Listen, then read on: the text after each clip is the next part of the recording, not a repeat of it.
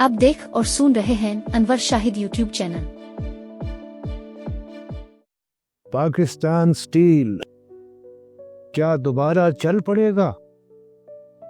कौमी इदारा क्यों तबाह हुआ? अयूब खान की हुकूमत ने रूस की तरफ रुजू करने से कबल प्राइवेट सेक्टर को फौलाद साज कारखाना कायम करने पर आमादा करने की भरपूर कोशिश की थी और इस सिलसिले में हर मुमकिन सहूलत भी फराहम कर दी थी। हुकूमत को मिल्कियत और इंतज़ामी उमूर से अलहदा कर लिया गया था और फरवरी 1962 में national Steel of Pakistan limited के नाम से एक कंपनी कायम करके पाकिस्तानी सनतकारों को इसका डायरेक्टर मुकर्रर कर दिया गया था।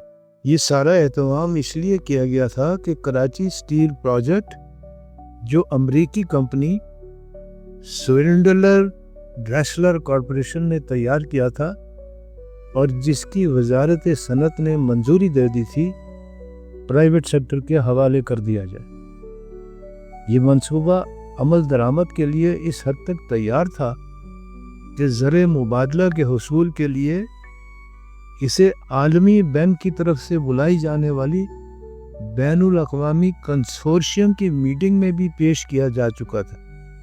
नेशनल स्टील ऑफ पाकिस्तान अगर इस मंसूबे को अमली शक्ल दे देती तो फौलाद साजी के शोबे में प्राइवेट सेक्टर के लिए ये बहुत बड़ी पेशरफ्त होती, लेकिन उसने ये मौका गंवा दिया और ड्रेसलर कॉरपोरेशन के मंसूबे पर अमल दरामद की बजाय अमेरिकन एक्सपोर्ट इंपोर्ट बैंक की मुशावरती इंजीनियरिंग कंपनी से इसका दोबारा सर्वे कराने का फैसला किया, जिसका नतीजा आने में कई साल लग गए। बिलाखिर 1966 में Arthur G McKee and Company ने National Steel of Pakistan Limited को जो रिपोर्ट पेश की, उसमें ओपन हर्थ फर्नेस की जगह इलेक्ट्रिक आर्क फर्नेस लगाने की सिफारिश की गई थी।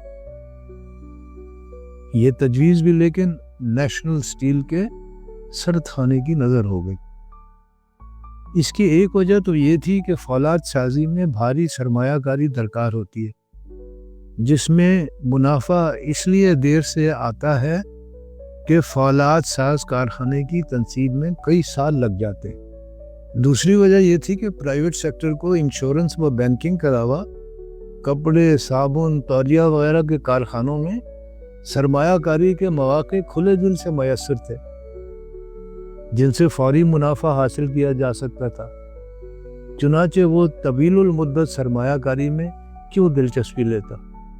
अयूब खान के दौरे हुकूमत में प्राइवेट सेक्टर को पनपने की जो गैर मामूली सहूलतें हासिल थीं, उनका नतीजा बिलाखिर मुल्क के 22 अमीर तरीन ख़ानदानों की सूरत में ज़ाहिर हुआ था।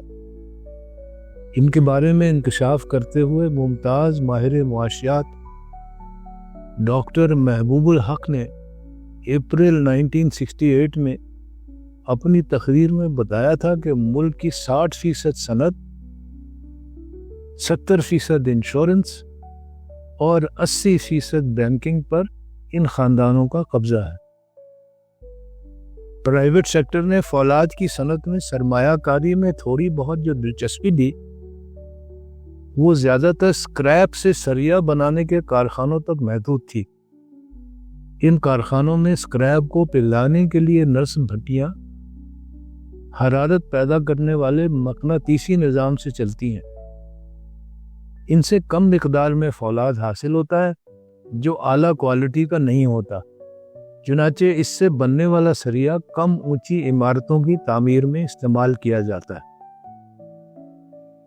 वक्त के साथ साथ इन फैक्ट्रियों की तादाद बढ़ती चली गई, जो अब सैकड़ों तक जा पहुंची है।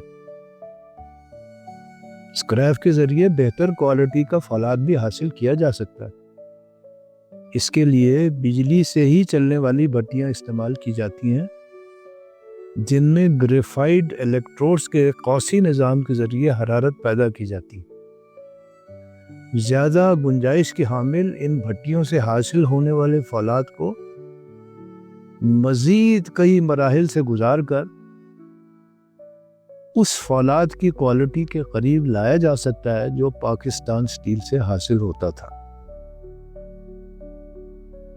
پاکستان سٹیل کے حالات جوں جوں خراب ہوتے گئے، ایسی بھٹیاں زیادہ تعداد میں وجود میں آنا شروع ہو گئی۔ ان میں سے ایک جو بن قاسم میں پاکستان سٹیل کے قریب واقع ہے، پاکستان سٹیل کے برابر بلٹ بنانے لگی ہے، بلکہ اس سے بھی زیادہ پیداوار کے لیے توسیعی منصوبے پر عمل پیرا ہے۔ پاکستان سٹیل کی ہاٹ سٹرپ مل اور کولڈ رولنگ ملز کی پیداوار بند ہونے سے پرائیویٹ سیکٹر میں ان کی متبادل فیکٹریاں وجود میں آ گئی ہیں، جو غیر ملکی کمپنیوں کے تعاون سے درآمد شدہ سلیب سے فولادی چادریں تیار کرتی ہیں۔ اگلی قسط میں جانیے فولاد کی درآمد پر جو رقم خرچ ہوتی ہے، اس میں ہر سال پاکستان سٹیل جیسی نئی سٹیل مل لگائی جا سکتی ہے۔